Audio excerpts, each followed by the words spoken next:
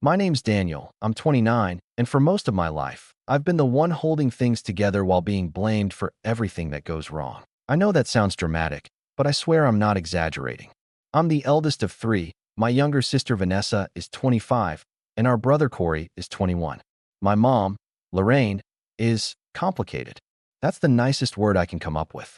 She has this way of twisting every situation to make herself the victim, even when she's the one setting fire to the room. My dad left when I was in high school. He said he couldn't take it anymore, packed a bag, and walked out one evening without saying goodbye. At the time, I was furious with him. I thought he was selfish. I thought he didn't care about us.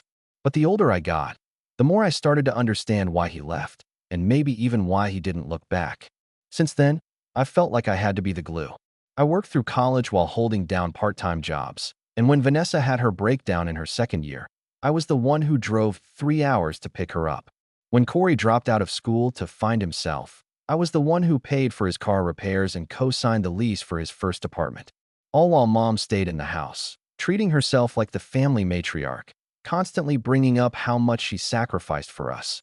Never mind that most of her sacrifices were just things like buying groceries or driving us to school.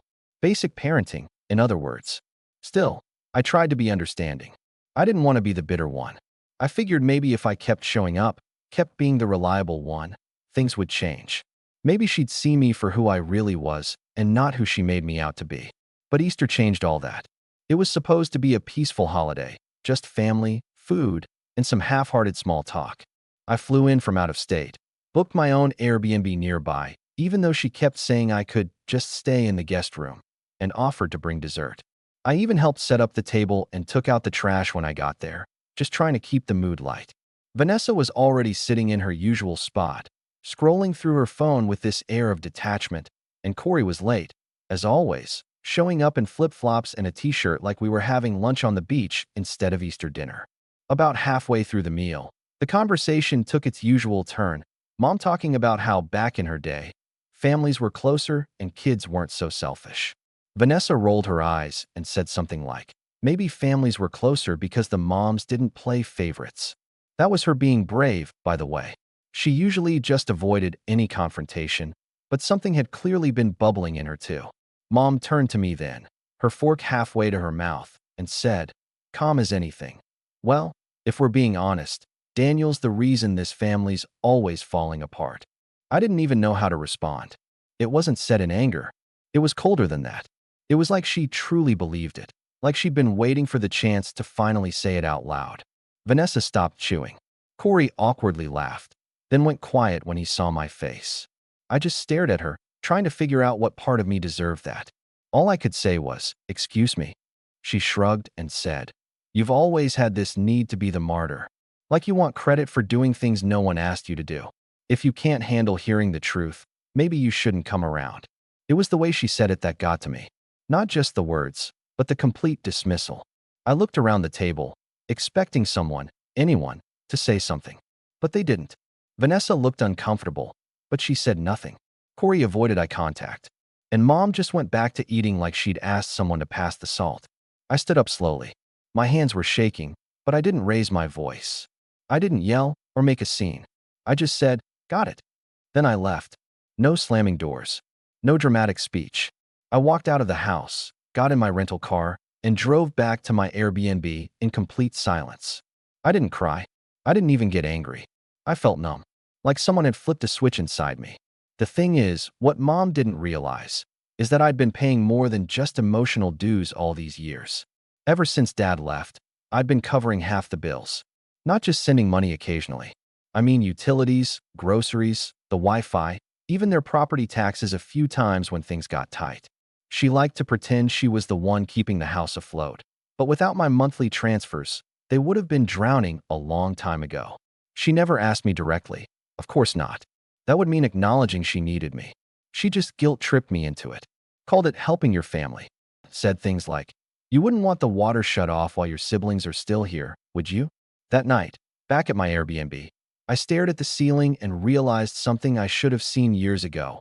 I was never going to be more than a scapegoat in that house.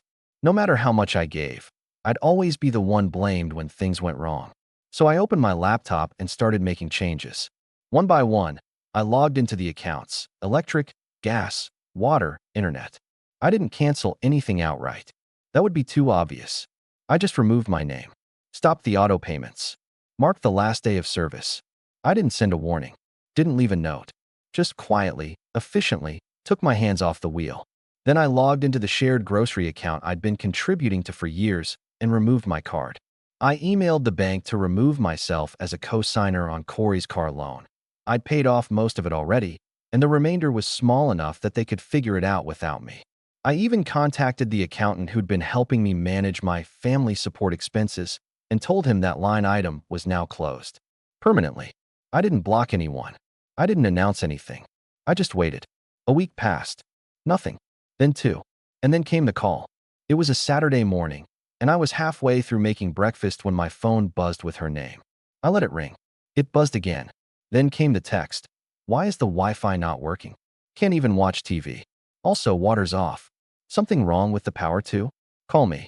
I ignored it. An hour later, the phone rang again. This time, I answered. Her voice came through in full panic mode. Daniel, everything's shut off. What did you do? I'm asking you as your mother. Why is nothing working? We've got no lights, no water, no internet. Corey's freaking out. What is going on? I stirred my eggs slowly, calm as can be, and just said, guess the family disgrace took the utilities with them. Then I ended the call, and that's when everything really started to unravel.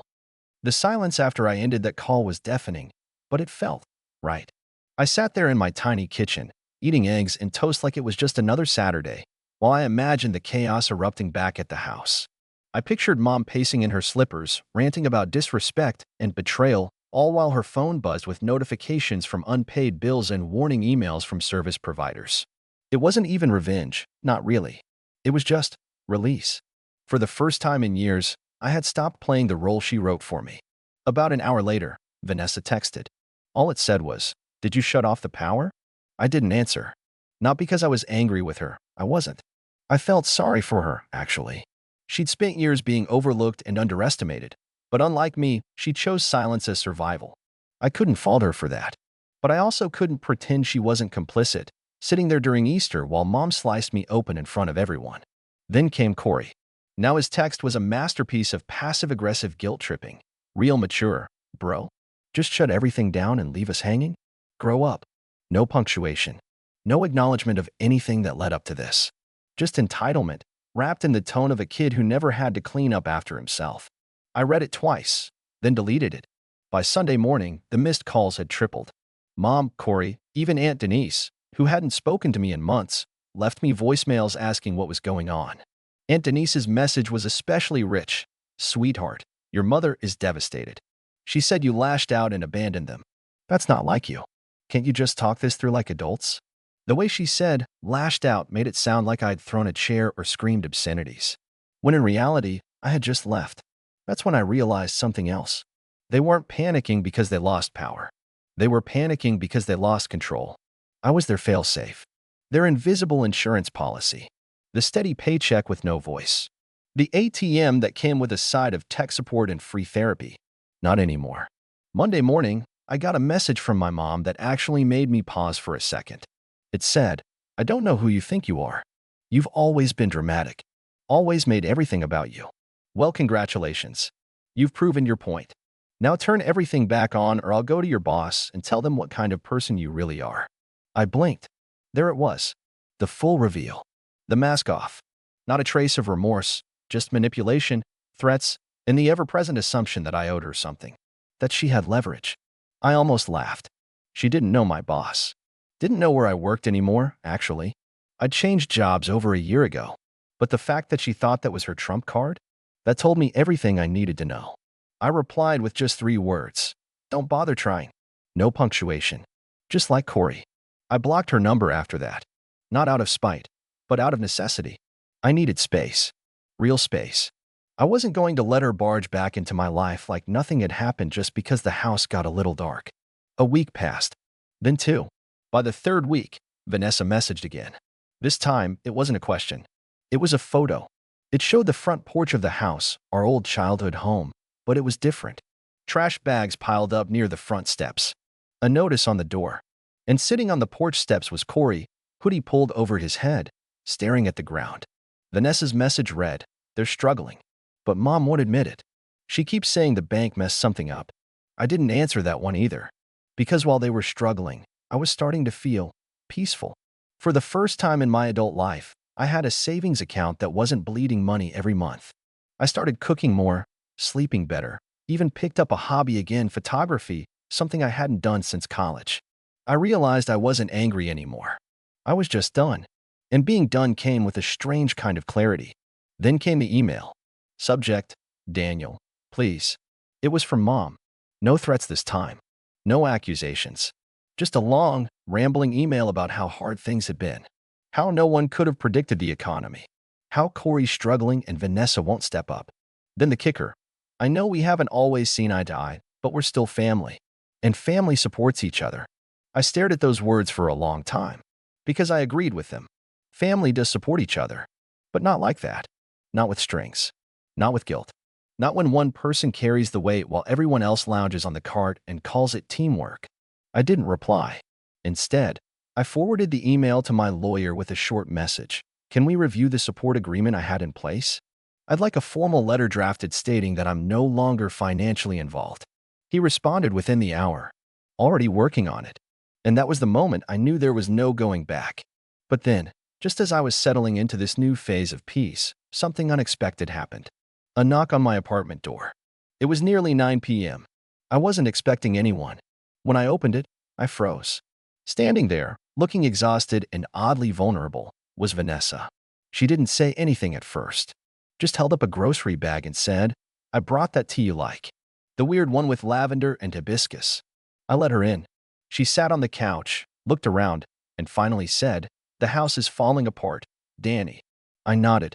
She went on, "I'm not here to guilt you. I needed to get away. They're blaming each other now. Corey screamed at Mom yesterday. Said he was never meant to grow up in a broken family. She blamed you again." I told her I didn't believe her anymore. That hit harder than I expected. I asked, "So why are you really here?" She shrugged. "Because I want out too. But I don't know how to start." And just like that, the dynamic shifted. I wasn't the scapegoat anymore. I was the escape route. I didn't answer right away. We sat in silence for a bit, me in the armchair, her curled up on the couch like she used to when we were kids and she had nightmares. Except this time, the nightmare was real, and we were both wide awake in it. I studied her face.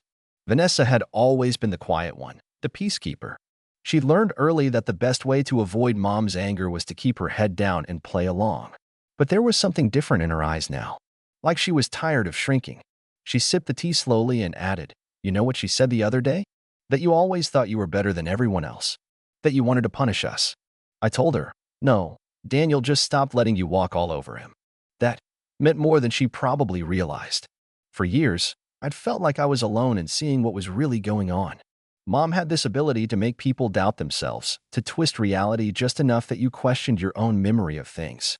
And when no one stood up for me, it became easy to wonder if I was the problem. But hearing that Vanessa saw it too, it was like something heavy shifted off my chest. I asked her, "So what now? What do you want to do?" She hesitated. "I've been thinking about moving, getting a place of my own, maybe even leaving the state. But I'm scared. I've never done anything without her breathing down my neck." "Then maybe it's time you learned how," I said gently. "You deserve to live for yourself." She looked up at me with a small smile. "Do you think I'm too late?" I shook my head. "No, but you have to stop asking for permission to exist. That's step one." She nodded. And for the first time in a long while, it felt like we were actually having a real sibling moment. Not strained, not obligatory. Just two people who'd been in the same storm for too long and were finally starting to reach dry land. She stayed the night. Slept on the pull-out couch, wrapped in the blanket I'd bought years ago during a lonely winter. In the morning, we had breakfast together, nothing fancy, just toast, fruit, and some silence that, for once, wasn't uncomfortable. Before she left, she turned to me at the door. "You don't have to worry. I'm not going back there." I raised an eyebrow. "You sure?" She smiled. "Yeah, I think I'm finally done playing her games." And with that, she was gone. I didn't expect what came next. A letter. Not an email. Not a text. An actual handwritten letter in a pale blue envelope with our family address scribbled in Mom's cursive. I debated throwing it out. but something told me to open it, just to see. Inside was a single sheet of paper. No greeting, no apology, just this. I hope you're proud of yourself. You've turned your siblings against me. You've broken this family. Don't think you're better than us just because you have a little money and a high horse to sit on. Someday, you'll be the one needing help, and no one will come for you. No signature, no return address. It was almost funny. Even in writing, she couldn't help but turn herself into the victim.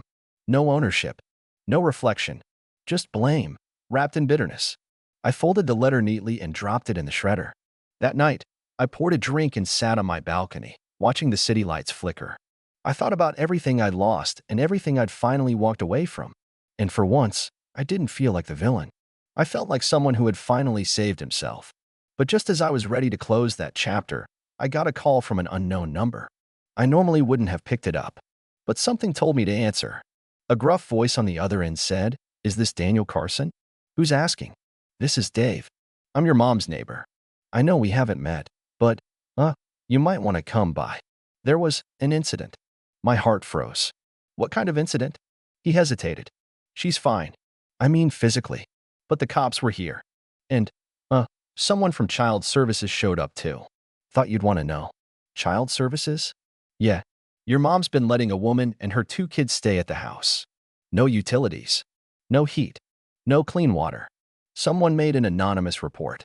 I leaned back, stunned. Mom had always had a flair for dramatics, but this? Letting strangers live in squalor in our childhood home? "Thanks for the call," I said, numbly. "I'll figure it out." As soon as I hung up, the pieces started clicking together in my head. She wasn't just spiraling, she was dragging others into the pit with her. And if the state got involved, that meant paperwork, records, investigations. I suddenly realized something bigger was at play. Mom wasn't just bitter. She was desperate. And desperate people? They're dangerous.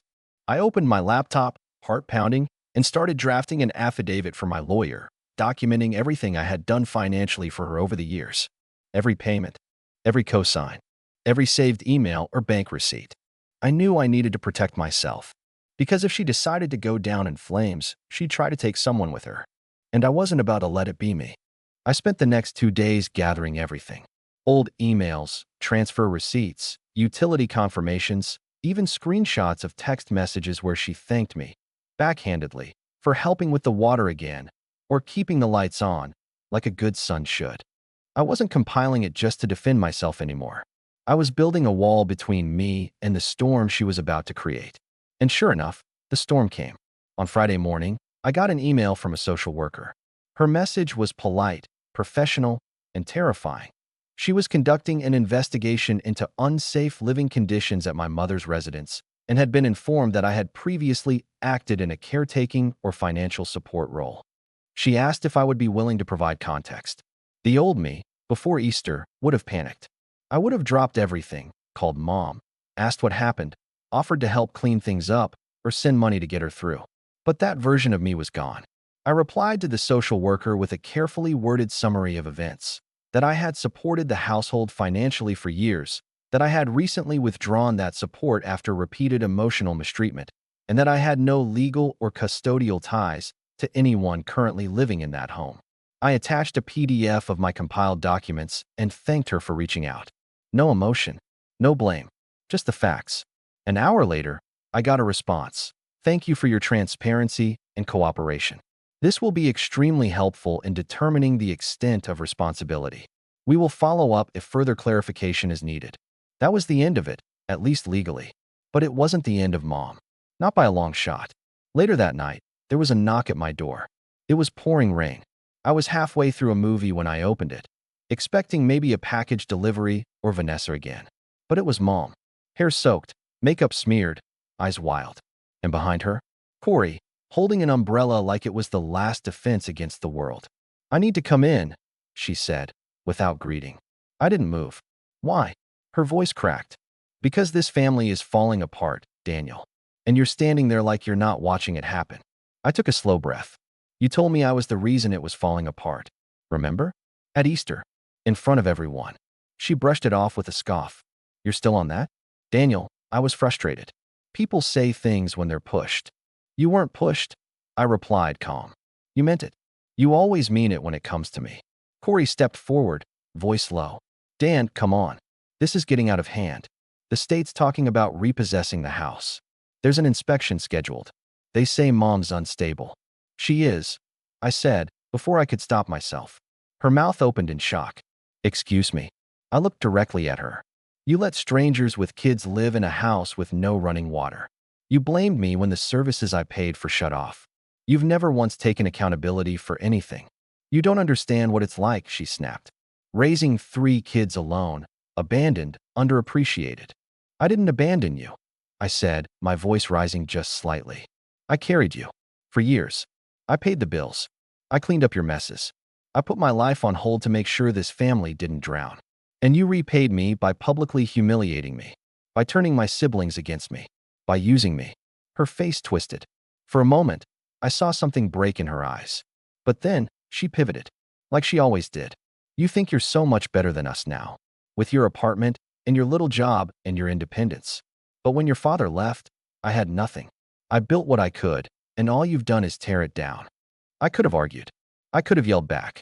But instead, I opened the door wider, not to let them in, but to let them leave. You're not welcome here, Mom. And until you get help, real help, there's nothing left for us to talk about. She stared at me, furious and speechless. Corey looked like he wanted to say something, but instead, he turned his eyes to the ground and followed her back into the rain. I closed the door, locked it, and stood there for a long time, just breathing. That night, Vanessa called. I told her everything. She didn't cry, didn't panic. She said, "Good. You finally drew the line." We started talking more regularly after that. She made good on her plan to move out, got a small studio across town, picked up more hours at her job, and even signed up for night classes. We didn't talk about Mom much, just enough to keep each other updated. Last we heard, the inspection didn't go well. Child Services removed the woman and her kids from the home. The house was put under review for code violations. Corey eventually moved in with some friends, and from what Vanessa heard, Mom started staying with Aunt Denise, but even that was temporary. As for me, I got promoted, moved to a bigger apartment, started volunteering on weekends. I stopped waiting for texts or letters or holiday invitations that would never come. And on my birthday, for the first time in over a decade, I didn't receive a guilt-laced phone call or an obligation-laced package of homemade cookies. I received nothing, and it felt like everything. Because in the end, I didn't need revenge. I didn't need to hurt her back. I just needed to stop letting her hurt me. And when she finally realized she couldn't control me anymore, when she was forced to sit in the very silence she used to weaponize, I think that was the loudest message I could have ever sent. Not a word, not a cent, not a tear, just peace. And for once in my life, that was enough.